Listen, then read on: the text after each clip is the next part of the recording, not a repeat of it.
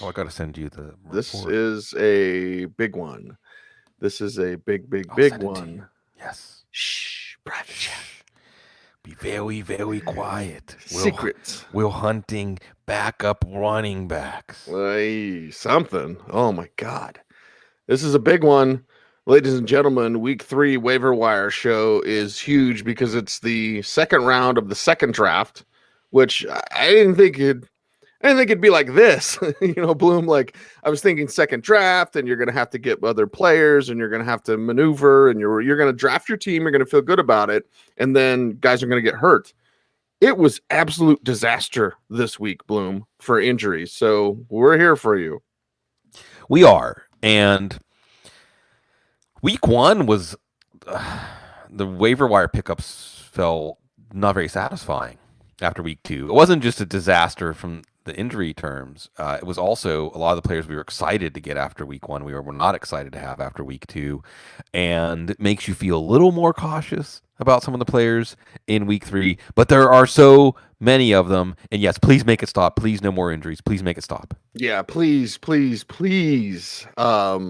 these guys healthy. Holy cow. We got to get into it all, and we have to start with the quarterbacks. Of course, big quarterback injuries this week, unlike last week when there weren't any. So Dr. Jene Bramel is here to tell us about the quarterback injuries, what it means for your fantasy team. And Dr. Jene, take it away.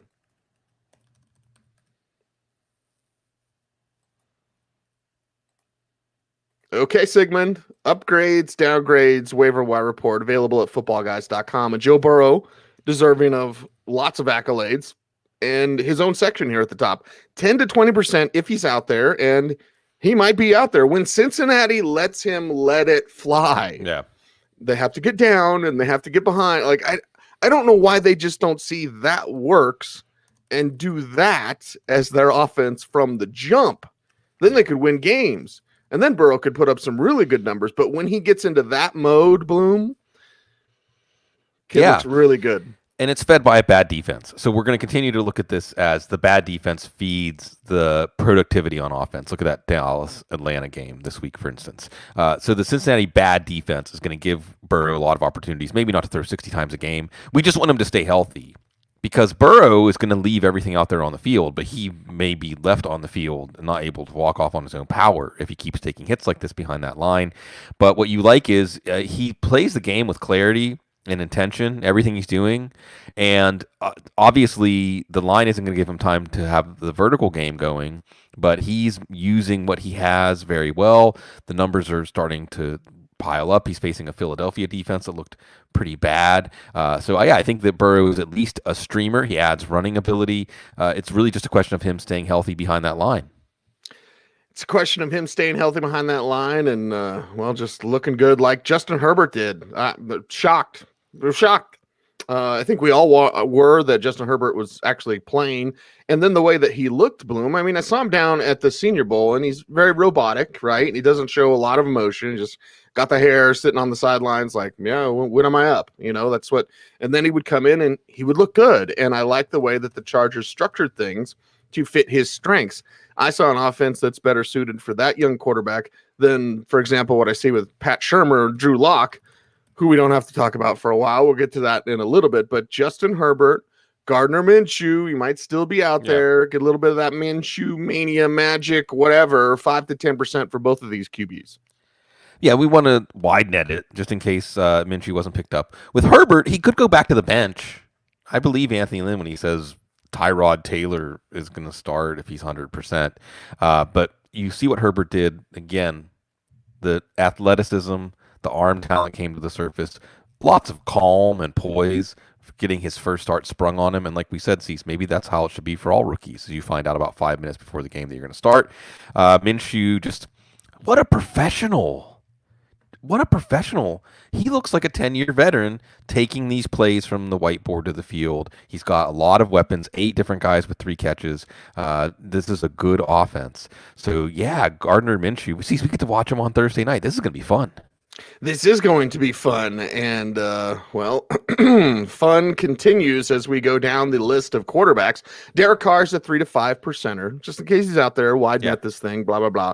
There's Baker the Baby Maker at 1%. Jeff Driscoll 1% in 2QB Superflex leagues. You might be considering him as he'll be in Drew Lock. They say the latest is that he will be out the latest by the bye week. So that's if it's worst case scenario. He might be back before then, but as I was told yesterday, we're talking about 3, 4, 5 weeks missed is possible. This means Jeff Driscoll's in there. He has a good connection with Jerry Jeudy. You saw that immediately. So he has wild say it, don't spray it accuracy. And there is Nick Mullins, 1%er. We'll see what this Jimmy G injury lasts, but they love Mullins. We've documented that. So we'll see what he does now. Yeah, we're serving that 2-quarterback audience. But Derek Carr's not out there in 2-quarterback Superflex leagues.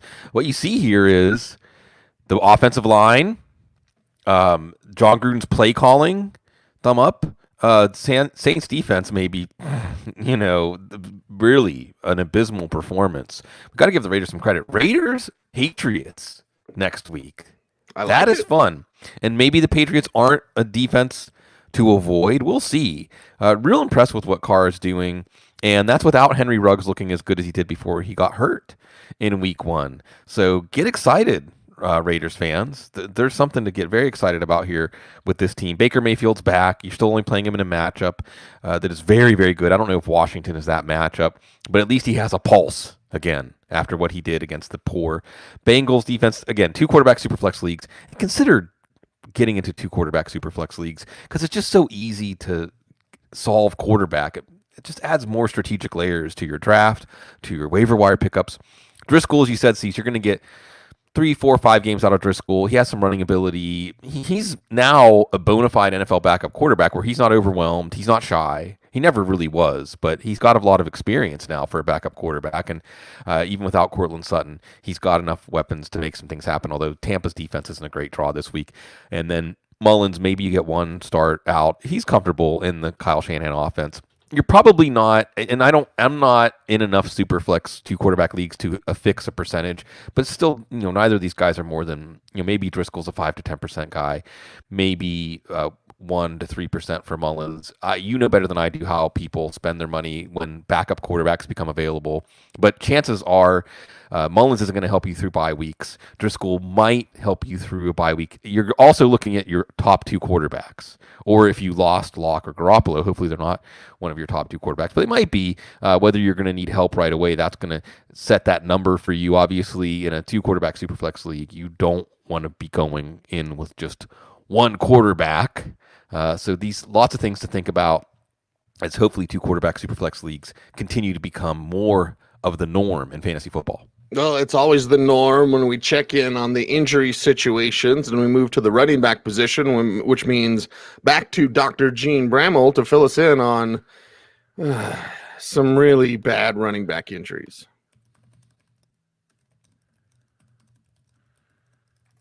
Make it stop, Bloom. Make it stop. The running back issues. Now, we've talked about them for a while, but Jet McKinnon might still be out there, because people saw the 1 touchdown in week 1.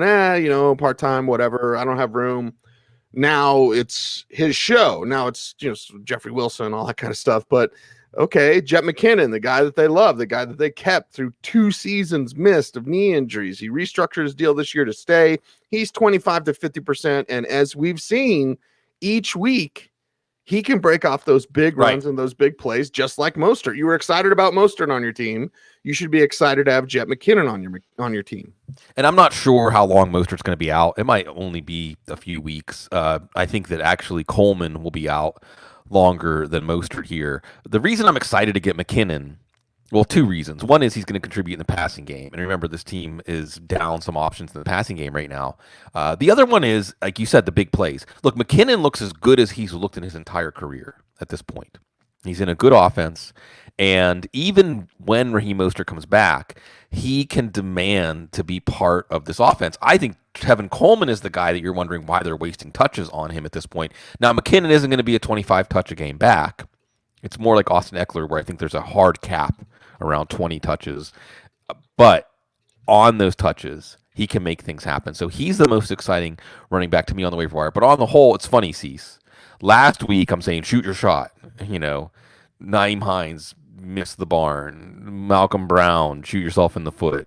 Benny Snell, put the gun in your mouth. You know what I mean? It was terrible. It was really bad. James Robinson. I think I might have said something like, if you miss on those bids and you get James Robinson, maybe you got the best running back on the waiver wire. That's what I should have. I should have said. I should have really put that in big bold letters. So this week I'm saying, I'm okay with underbidding on these running backs because I think that you're going to have more desperation from teams this week. And if this is any indication, and I hope it's not, Cecil, we're going to have more running backs to bid on and more running backs to bid on. So I'm betting more on talent and what I've seen on the field than the bigger opportunity coming up in some of these situations for running backs we're about to talk about. And our man Jeremy says it best, spark God, Jet McKinnon. Right. And Matthew brings that up. Everyone loves those spark numbers. Yeah. All right. Okay. And remember, Bloom, it's all about windows. Yeah. There'll be windows where you're picking guys back up that you picked up initially. Right. So it'll come back around, but capture your window with Jet McKinnon.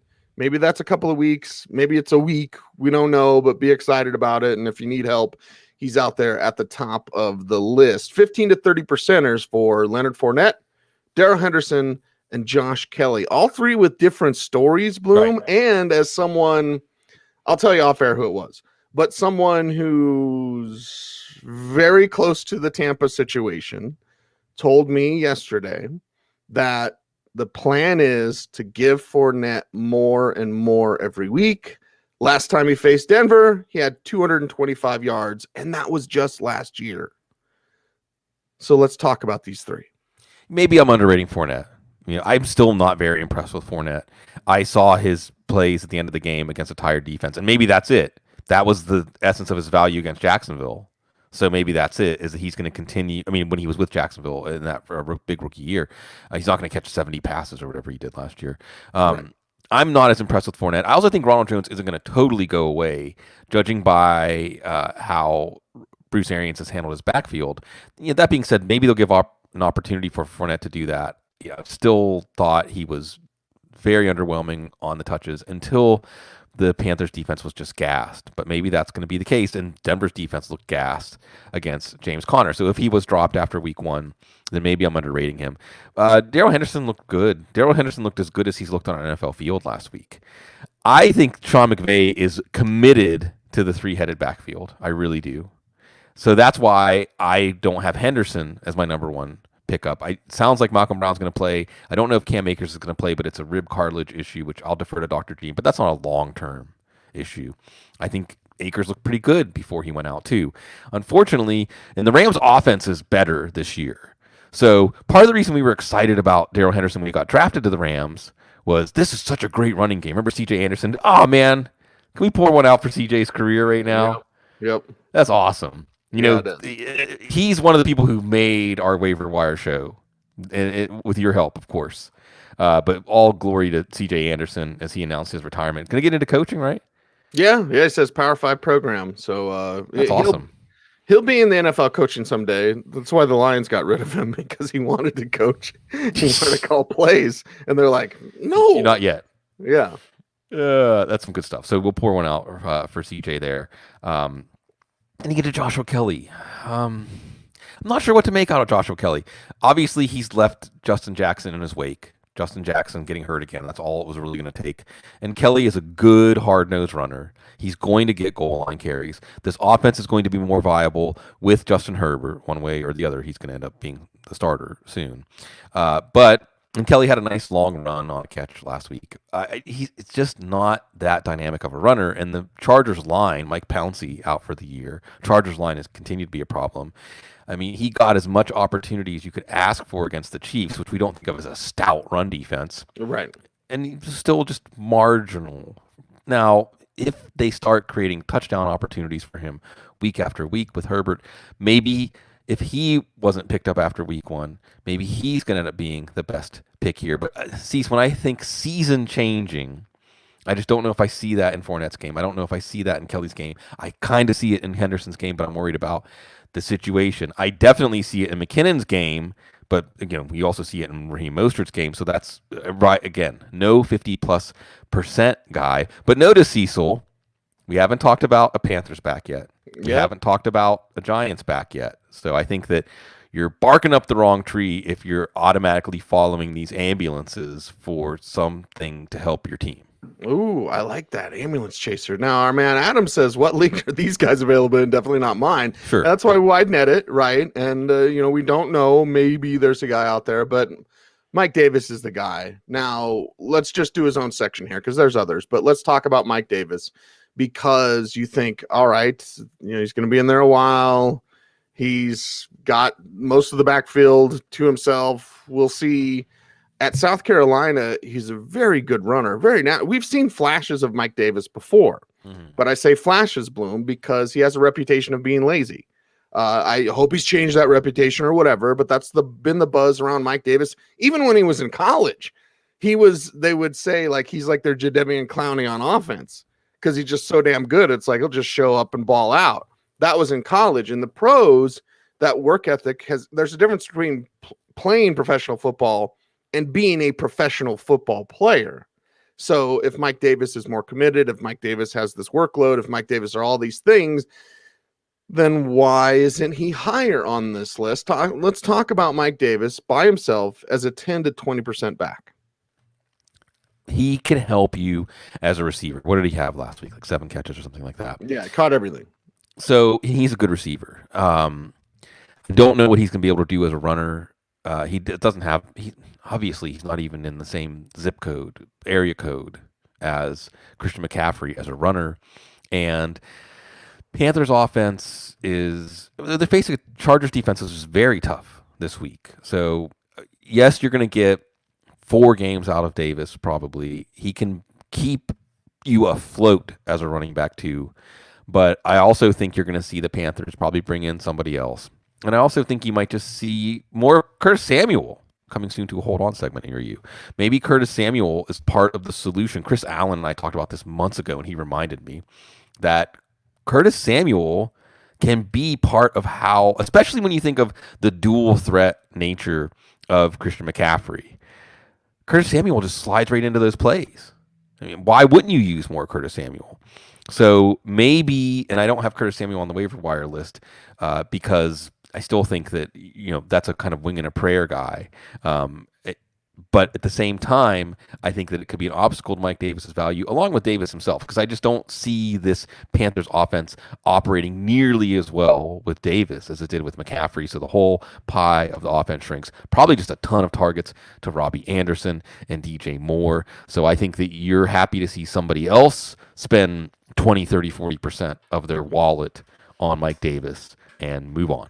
And move on to the next section of running backs. 7 to 15% for Devonta Freeman, Myles Gaskin, 7 to 15%. And hell, let's throw in Dion Lewis as a 5 to 10%er as we move to that Giants backfield.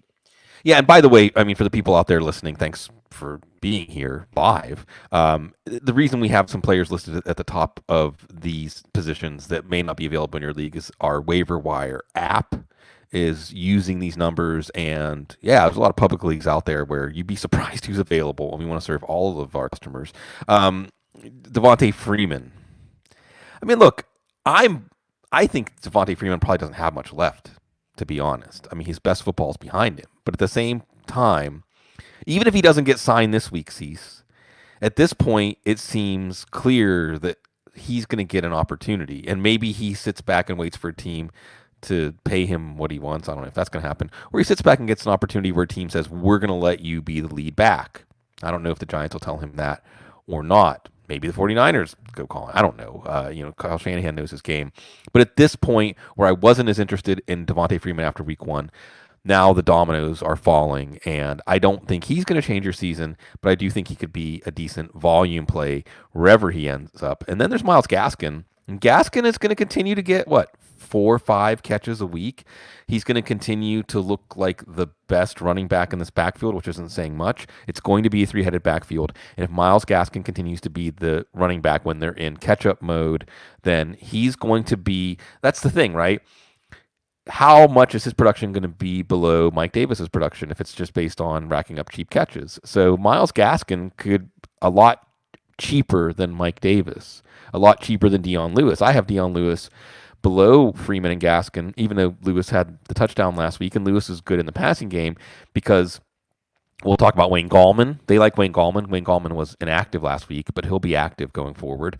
And again, they worked out Devontae Freeman. Even if they don't sign Freeman, I think you're going to see them bring in somebody else. I don't necessarily love this offense. So, we're getting down to that point again, Cease, where I'd say the overall advice on the waiver wire this week is be conservative, and if you just get a few one-unit guys to see what they do this week and then maybe cycle through and wait to see what happens in week 3 to open up waiver wire opportunities, that might be the best prescription.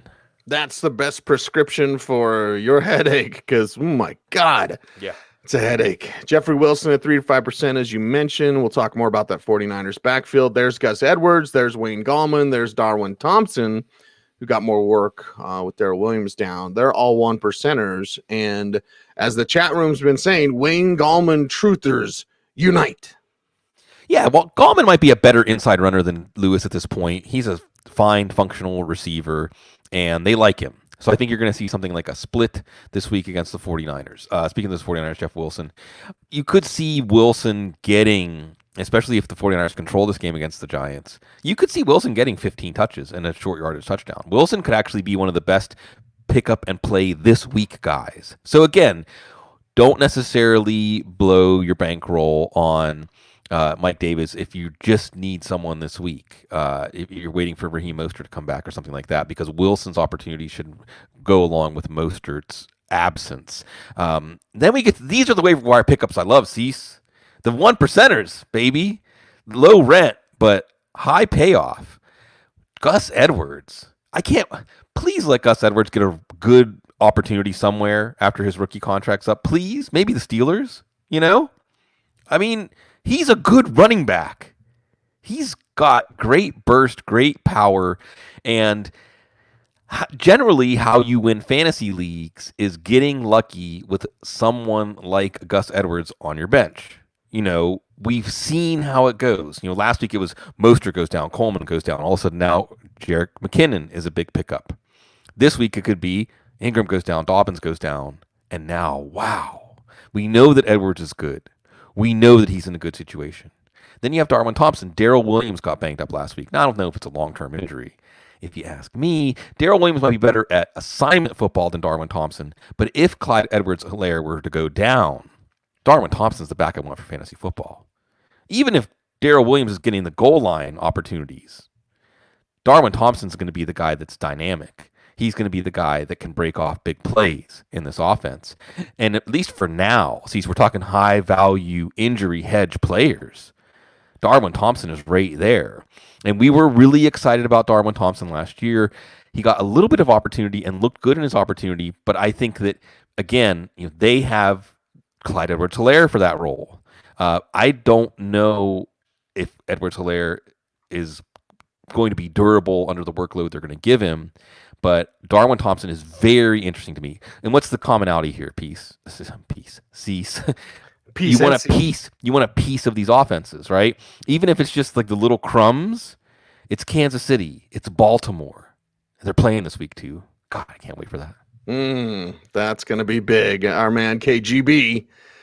Preemptive pickups are my favorite. That's true. My favorite, Dr. Jene Bramel, because he's the man, and he's going to tell us about these wide receiver injuries here in week 3. Dr. Jene, you're up. New viewers have to be so like, what's going on? They go to a picture of a guy and he doesn't say anything. It's part of how we make the sausage. Yeah, I could actually maybe figure out how to interlace the audio in. I just rolled out of bed. Let's talk about Cole Beasley, 5 to 10%er. And what people will notice, 5 to 10%ers are jam-packed, Bloom, and there's really not that break the bank wide receiver because we're starting with 5 to 10%ers like Cole Beasley, Keelan Cole, N'Keal Harry, Adam Humphries, Traquan Smith, and Golden Tate. So there you go. You need running back help. Yes, there's help out there. There's players to spend a lot on. Wide receiver help. You need some help? Well, there's not a whole lot out there this week. Nobody that's going to really elevate your wide receiver group. But if you are fighting through injuries, and there sure are a lot of them, these are players that can help. Cole Beasley thought with the passing game target tree widened by Stephon Diggs, Cole Beasley wasn't going to be as viable as he was, especially a great second half of the year last year. Josh Allen is freaking-tastic right now, and they're running the offense through him. Rams, Bills, that's going to be a nice appetizer for those two primetime games this week. So Beasley is at least by injury emergency kind of play, but if Diggs or John Brown go down, Beasley becomes an every week play. Keelan Cole might not be an every week play. Everybody in this Jacksonville pass offense has a low ceiling. Cole looks like he has a high floor, and I love seeing Cole getting back into fantasy relevance and NFL relevance after that great rookie year as an undrafted free agent, a long shot undrafted free agent. Now he's back on our rosters. N'Keal Harry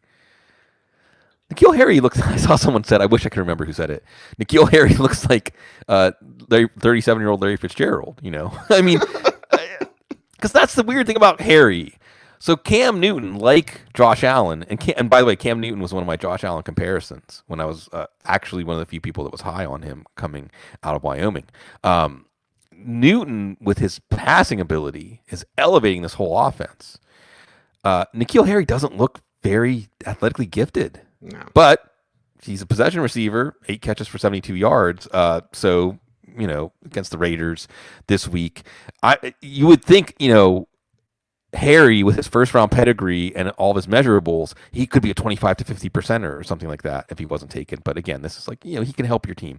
Adam Humphries can help your team as long as A.J. Brown is out, and he's been relevant back-to-back weeks in PPR leagues. You're also getting some help from Ryan Tannehill there. The guy that I'm most excited about, and I know you love him, Cease, Traquan Smith. Hello, Traquan Smith. He did not look that different than Michael Thomas last night. First time he caught the ball, Cease, I thought it was Jared Cook. I mean, I'm just saying the way he moves, his size. Yep, fluidity. He looks good, and he did not look like this as a rookie. He did not look like this as a second-year player. He is coming along. Now, when Michael Thomas comes back, he may go to the bench. I love Manuel Sanders. He should be playing over Manuel Sanders. Of course, Jameis Winston should probably be playing over Drew Brees, but don't tell anybody. That arm is gone, man. It's gone. And defenses are going to shrink. So again, that's why, I mean, I'm so excited about Traquan Smith, the player. Not excited about the situation. Not excited about that window closing. But see, how many times in the past have we said, that guy's good, but you talk yourself out of him sticking around? Traquan Smith looked so good last night. And I'm excited to pick him up. And especially if I don't need the depth and I'm just picking someone up speculatively. Am I making up words now? I think there was a good one last night that Greasy made up. Perfectionistic. I like that. Okay. I like that group, man. I like with Louis Riddick and Greasy and Steve Levy. It's a great improvement. Golden Tate, the last one here, and what you need to go know about Tate here: Sterling Shepard, toe injury. Saquon Barkley, out. The target tree is getting narrower in New York for the Giants, and Daniel Jones, bless his heart, he's going to keep swinging down to the very end, no matter what kind of odds he faces, no matter what kind of problems he has in front of him. And they face another tough defense. Well, not as tough. San Francisco without Nick Bosa, without Solomon Thomas. But then the schedule, remember, they're in the NFC least. So the schedule will get better. Golden Tate will have some, again, that high floor value for you in that Giants offense. In that offense, you're looking for more 3 to 5%er. There's KJ Hamler and that speed. And when we talk about Jeff Driscoll working with that second team, well, who was all over the second team? Jerry Jeudy and KJ Hamler. So short passes turn into long gains. Sure, 3 to 5%, make it happen. Then 1%ers, Braxton Berrios, Damiere Byrd, Chase Claypool, and Darnell Mooney. So there's your 1%ers. And by the way, what do all those guys have in common? Now they're different body types, but Sure. Lots of speed. Lots of speed there. Yeah, KJ Hamler. Let's see how this Broncos pass offense reorganizes itself. As you said, Judy's the one. And then we'll see. Noah Fant. There's more of Noah Fant, too. Yeah, more Fant. And then this Hamler, who made a miraculous recovery from that hamstring injury. And then we get down to, I had to include a Jet receiver. I mean, they're going to have to play somebody against the Colts. Berrios with that excellent play. Sam Darnold made one of the best plays of the week in garbage time on the touchdown to Berrios. I was going to put Chris Hogan in. He's got a rib injury. Not really sure who's going to play wide receiver for them. Demir Byrd, remember, he's got that existing chemistry with Cam Newton. And he looked like the guy that Newton is looking for when the play breaks down. So that's something to think about with Demir Byrd. Just file him away there as a 1%er. Chase Claypool. It was a push-off, by the way. It was more of a push-off than the Michael Gallup push-off or the A.J. Green. Yeah, but Ojemudia can't stop running because as he got pushed off, Ojemudia looked over at the ref as he's running and did this. It's like, dude, make the freaking tackle and then get up and complain. Right. It's true. Oh, no, Ojemudia. You can trademark that one. I mean, he shouldn't be out there on the field this early in his career. That's the problem. With Claypool, if you just have to throw someone in on a wing and a prayer, if he's going to be the deep guy for the Steelers, then even a couple targets a week could come through for you. And if you have an injury, now we're talking. And I suppose the same goes for James Washington, but I'd roster Claypool over Washington now just because of the deep ball game. And then Darnell Mooney. I'm a big Anthony Miller fan, so this one kind of hurts. He's the number 2 receiver, and he's really, really athletic, fast, sudden, explosive. He has leapfrogged Ted Ginn. He's leapfrogged Anthony Miller. And Allen Robinson, his game isn't looking that great. So Mooney caught that touchdown last week. Chicago plays Atlanta this week. That's an opportunity. Mooney is a guy I could easily see us, next week he's a 3 to 5%er. Week after that, he's a 5 to 10%er. Just climbing up that ladder as he is arriving ahead of schedule. Before we're done with wide receivers, our man Rob does ask a question about where does Russell Gage fit in the mix? If Gage is still out there, then he would probably be at this point. People would have scooped him up week 1. I hope, but maybe not. 20. Right. I wasn't that high on him last week because I thought it was mostly garbage time.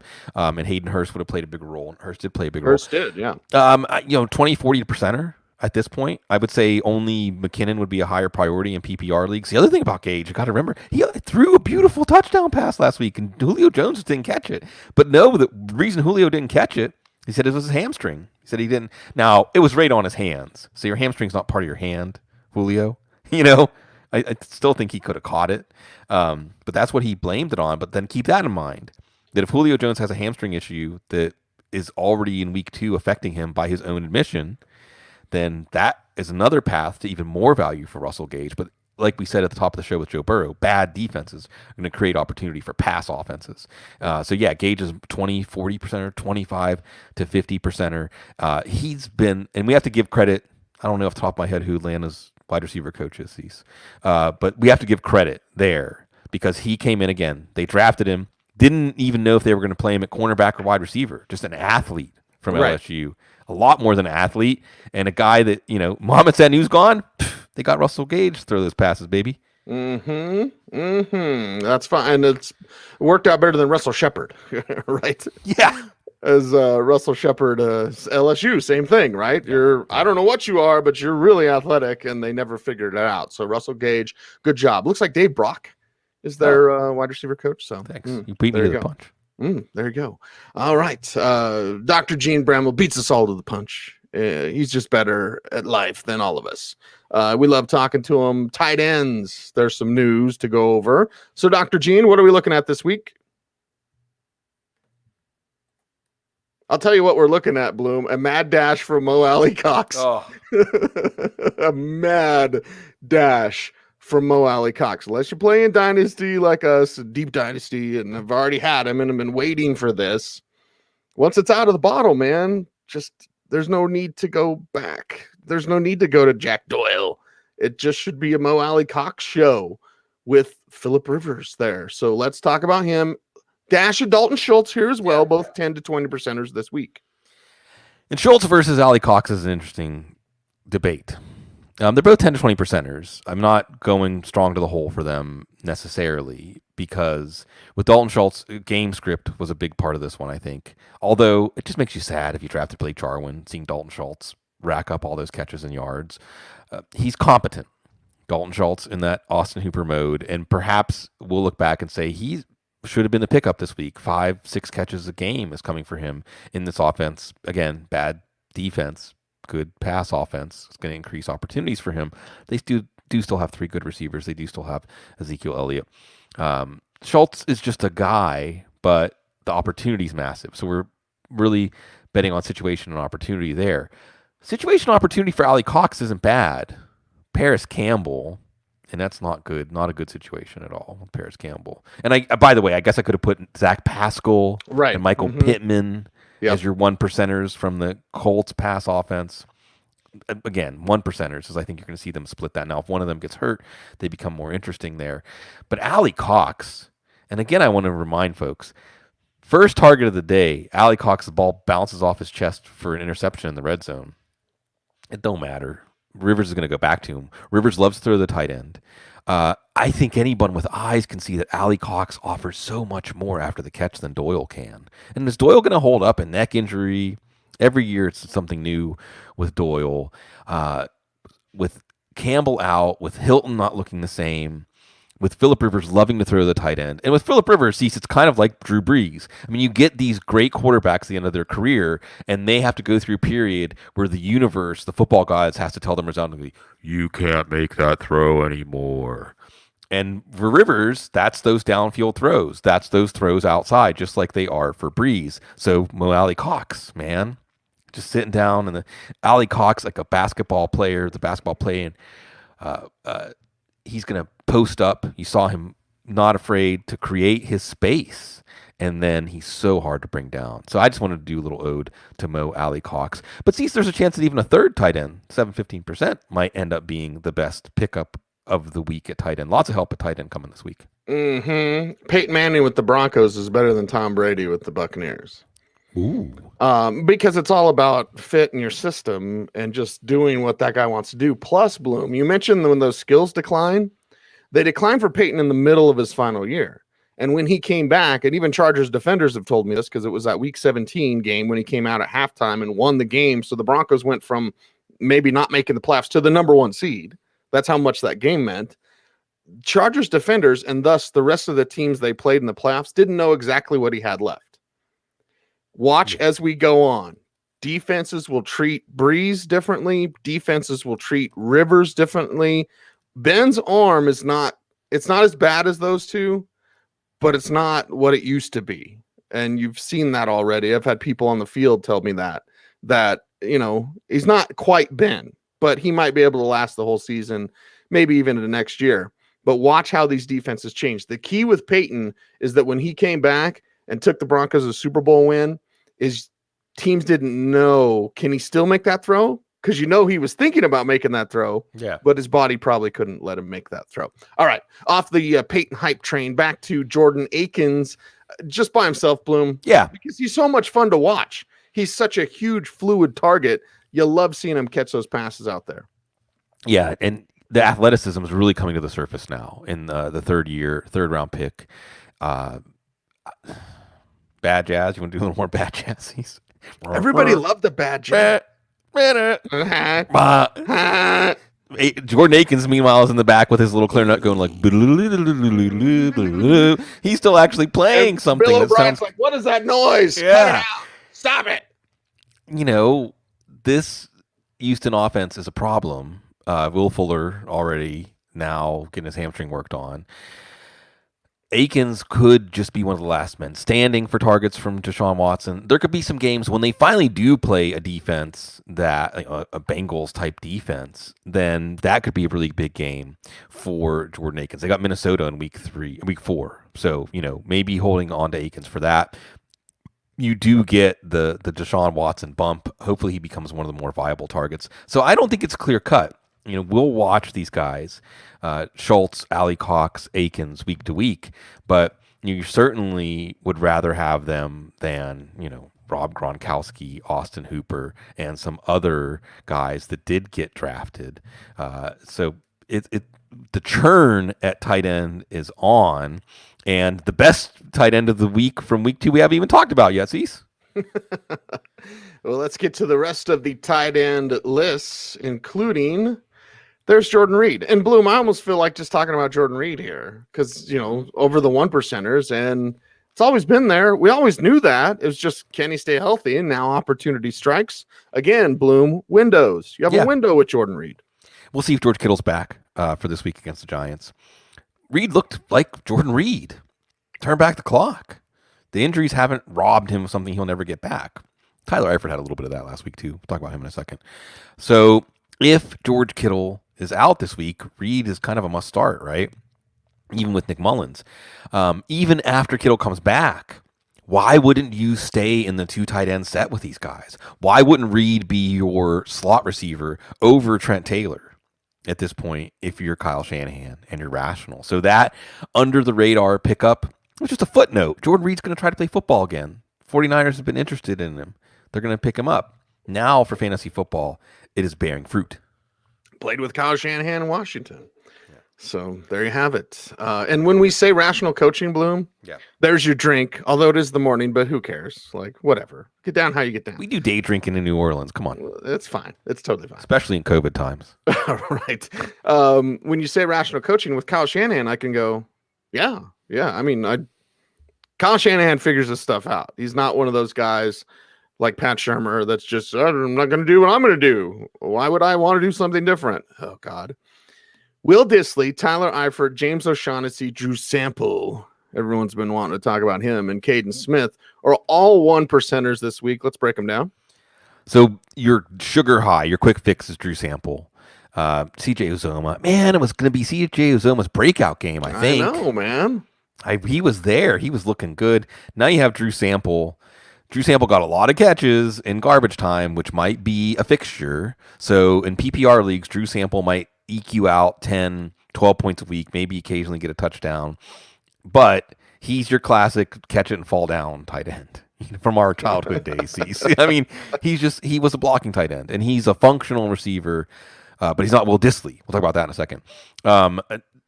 Second level, semi-preemptive pickup, semi-emergency play is O'Shaughnessy and Eifert. And Eifert is probably more skilled at this point. Beautiful twisting touchdown catch. O'Shaughnessy, though, has that Eifert injury upside. The story here, though, is that Gardner Minshew and Jay Gruden are making these Jacksonville tight ends viable for fantasy leagues, or at least on your radar. We're talking 1%, guys, okay? If this, and maybe it's O'Shaughnessy that gets hurt, right? You saw both of them have 3 catches last week. If that opportunity goes to just one of these guys, and oh man, Josh Oliver, pour one out for that 3rd round pick who's barely even taken the field yet in his NFL career. But there's opportunity there for the tight end in this offense. Right now, it's split between 2 players. Let's talk preemptive pickups, though. Will Dissly. What is Will Dissly? And he was drafted as a blocking tight end, and then he is just had 100 yards in his first game against Denver. Right. And he's flashed for 2 years, and then he gets hurt about a month into the season. Right. But he's back. And then you see Greg Olsen. Greg Olsen will be in the booth next year. Maybe he should have been in the booth this year. Has that ball clank off his hands. Pick 6 to start the game. Barely hear from Greg Olsen again. I know they have money tied up in Greg Olsen. Maybe they're going to be reluctant to just totally move on from Olsen to Dissly. But hey, by the way, Russ is cooking. Russ is cooking, baby. I mean, probably should have put maybe David Moore as a 1%er, just because you want the guys on the other end of these Russell Wilson passes. So now let's tell a little story. Greg Olsen, best years are behind him. Russ is cooking. He's got his little Will Dissly spice.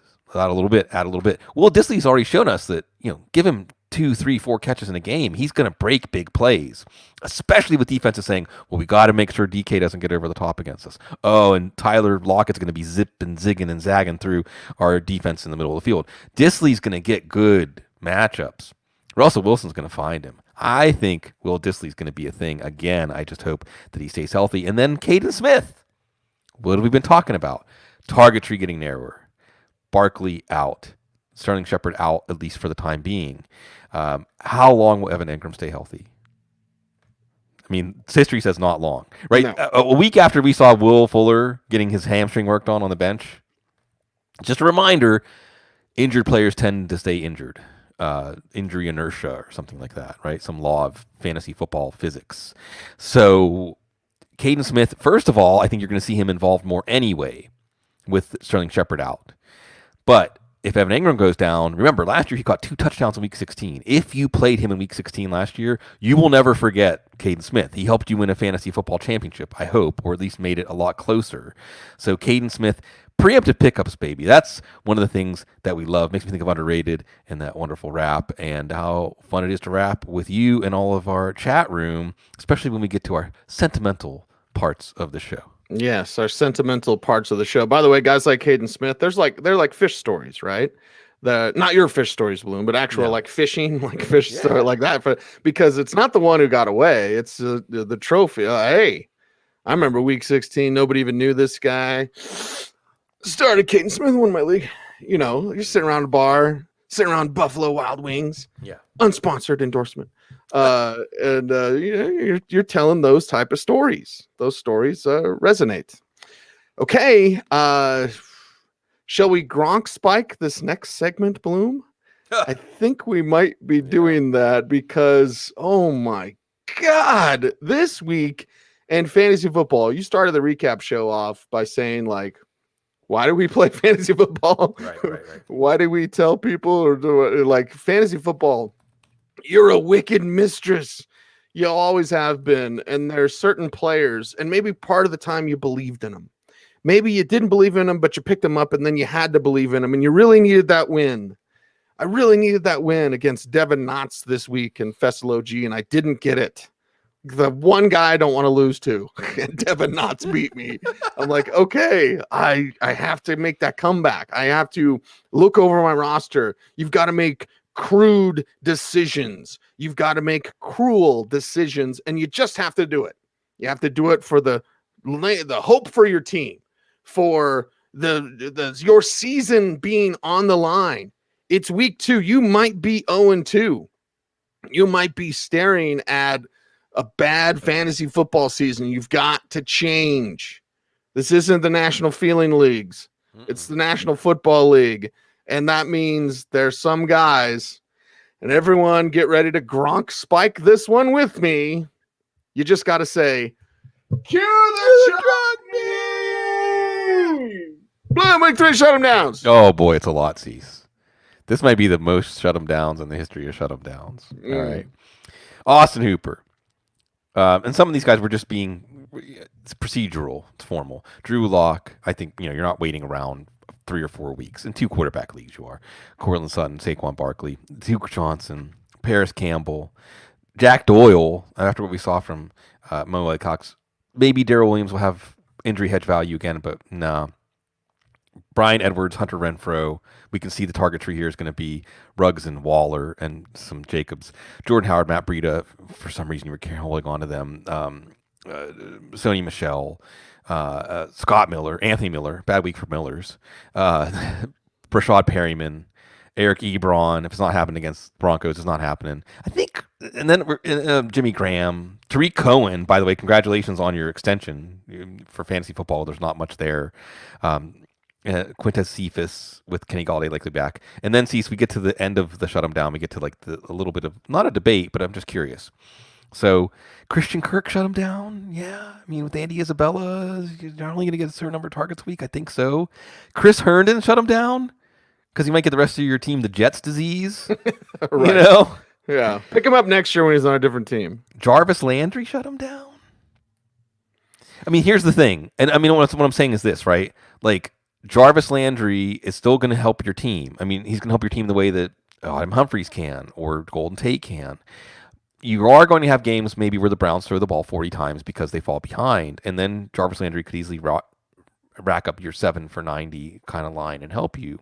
But if Jarvis Landry is your number 5 or 6 receiver, if you haven't been hurt by injuries, and it's Jarvis Landry to pick up a Darrell Henderson or to pick up a Jerick McKinnon, short bench leagues, I think Jarvis Landry is somebody that you don't say, I'm not going to drop Jarvis Landry. If you've been starting Rob Gronkowski at tight end and you have to pick up somebody But Jarvis Landry's you have to drop. Steven Sims, by the way, another one. I just think that Sims was great at the end of the year last year. But, there's certain players, Cease, that you look back and you say, and this is where the shut them down segment is so important, that you say, oh, am I really going to miss this player? Am I really going to look back and say, if I just hadn't released Jarvis Landry, I mean, maybe if Odell Beckham gets hurt or something, but I don't think so. But you may look back and say, if I had only picked up Mo Alley Cox or Dalton Schultz or Jordan Akins, if I only picked up Jerick McKinnon, if I had only picked up Darrell Henderson, So I add these names like Jarvis Landry to the shut 'em down list because I know there are short bench leagues out there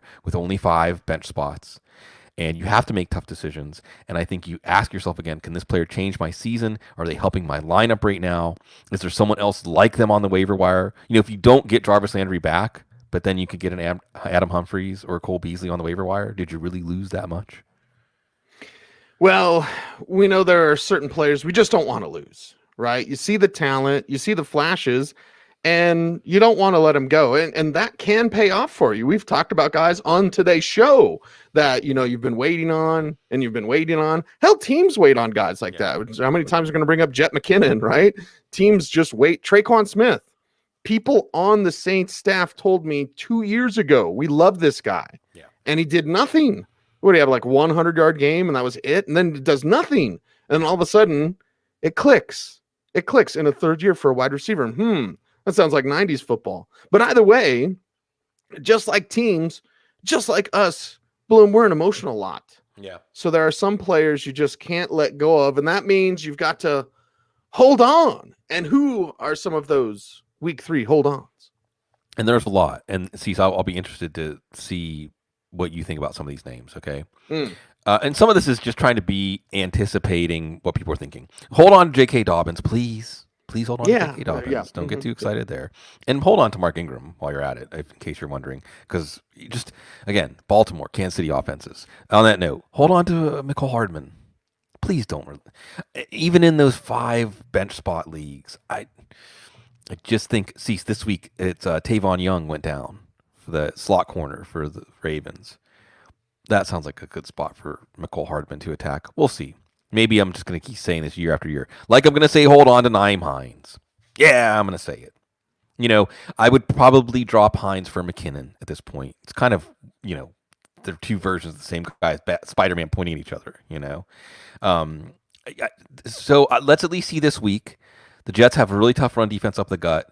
It would make sense for Hines to be involved again. We want to try to see if there's rhyme or reason because Hines is a good player and he's in a potentially explosive role when they decide that role is important to winning. The Vikings weren't good enough to make them do that. Hold on to Devin Singletary and Zach Moss. Maybe they're not a safe play yet. Rams, not an easy matchup this week. As Josh Allen continues to slice and dice these opposing defenses, the pendulum's going to swing back. Teams are going to try to take away what he's doing so easily, and the running game will open up. And these are both good players. So, Singletary Moss versus McKinnon is a tough call. I'll just put it that way. Hold on to Henry Ruggs just in case. People don't know he drew that long pass interference. He was the Ruggs ratio in week 1. They didn't use him a lot in week 2. If his knee comes back around, he gets all the speed back. I'm just saying, don't be too reflexive. Don't be too reflexive on Mike Williams. I know that he's the one who suffered the most with Justin Herbert in there, but Herbert's playing well, and this offense has gotten a lot more viable, and Mike Williams looked good in week 1. Preston Williams was tough. Preston Williams was right on that edge, but hopefully it's just him knocking off the rust after ACL surgery, the drop, important drop last week. Devontae Parker's already dinged. Let's wait and see what happens with Preston Williams. And again, Curtis Samuel, because we may see in week 3 that now all of a sudden Curtis Samuel's involved in the backfield a lot more with Christian McCaffrey out. I also want to say don't release these high-value handcuffs. Tony Pollard, Chase Edmonds, don't release them yet. Let me get to some tough ones, Cease. What do we do with Benny Snell? Now, you think the fumble? I mean, you think it's because of the fumble, like he's out of the circle of trust, and even if Connor gets dinged, because the thing is, any week Connor could get dinged, and we could be right back where we were in week 1. Right. But is it Benny Snell's backfield now? I mean, I'm dropping Benny Snell for even Mike Davis, let's say. Right. But I'm not dropping Benny Snell just because. I'm not dropping Benny Snell for Wayne Gallman, you know. So there's gradations here. See, there's subtlety to holding on. Logan Thomas, I think you probably drop him for Ali Cox or Schultz. Akins is kind of 50-50 proposition there, so there's some hold on there. Malcolm Brown's also a tough one because he looked so good in week 1. Well, it's back to McVay being so hell-bent on using 3 running backs. Right. I mean, I'm not dropping Malcolm Brown for Wayne Gallman. You know, I'm not dropping Malcolm Brown for even like Devontae Freeman. I mean, I've seen enough that I know that Malcolm Brown can help my fantasy team this year. I'm not sure about Dion Lewis. I'm not sure about Devontae Freeman. Mike Davis is right at that cut line. So these are the tough decisions. I think that when breaking ties on the waiver wire, remember you're investing in the offense. Try to invest in the offense that you want to invest in. And when in doubt, keep the guy that you know can play, even if opportunity isn't right in front of him, over the guy that you're picking just because there's some chance of opportunity down the line. I love the opportunity to get to do this show every week. What a brilliant segue here for Sigmund Bloom. It's been a rough one, certainly, to start this fantasy season with all of these injuries. We'll be there for you through the waiver wire show, on the couch. We've got our dynasty show, our guys, Chad Parsons, Jordan McNamara, getting it done at the highest level. Of course, our DFS show, the Power Grid, coming through. Austin Lee, what's up? So we've got you covered. Recaps, previews, all that sort of good stuff. Bloom, who's on the couch this week? Josh Norris. Might be a little less than an hour coming up here, recording in just 45 minutes. So don't go away. And just one quick raw thing for everybody. I tweeted this out yesterday. Next week, the landmines are going to be somebody else. Keep going. Fantasy football is a game that rewards perseverance. It rewards caring about it and continuing to devote yourself to doing the best you can with the information you have. Much like an NFL Super Bowl title, you win it with players that you didn't expect to win it with. You win it because you outlast your opponents. You don't win it because you had this perfect plan at the beginning of the season and everything went exactly the way you wanted to. It doesn't happen that way for NFL teams. It doesn't happen that way for fantasy football teams. So stick with it, and we'll have some fun along the way, and maybe we will lift the trophy at the end of the season. Yes, and our man Jeremy says week 2 was like Mad Max Fury Road. And in fact, the fantasy football season is like that, Bloom. Now, I don't probably think you watched Mad Max Fury Road. I haven't yet. I mean, it was a pretty big movie when it came out. I missed as a big Mad Max guy, and I'll spoil some of it for you. They go one way, and they follow the same way back. Oh. So think of like that with the fantasy season. Like we're following this with Benny Snell. You dump him, and then here in a few weeks, you're going to be picking Benny Snell back up, right? So we're here for you.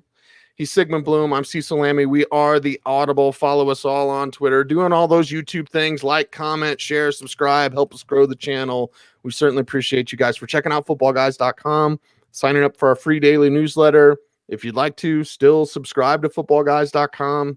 It's a one-time annual fee. So there you go. Thank you guys for being subscribers. Thank you for checking out this show. We certainly appreciate your love and energy that drives us. He's Sigmund. I'm Cecil. We're the Audible. Everyone stay tuned. And as always, stay frosty.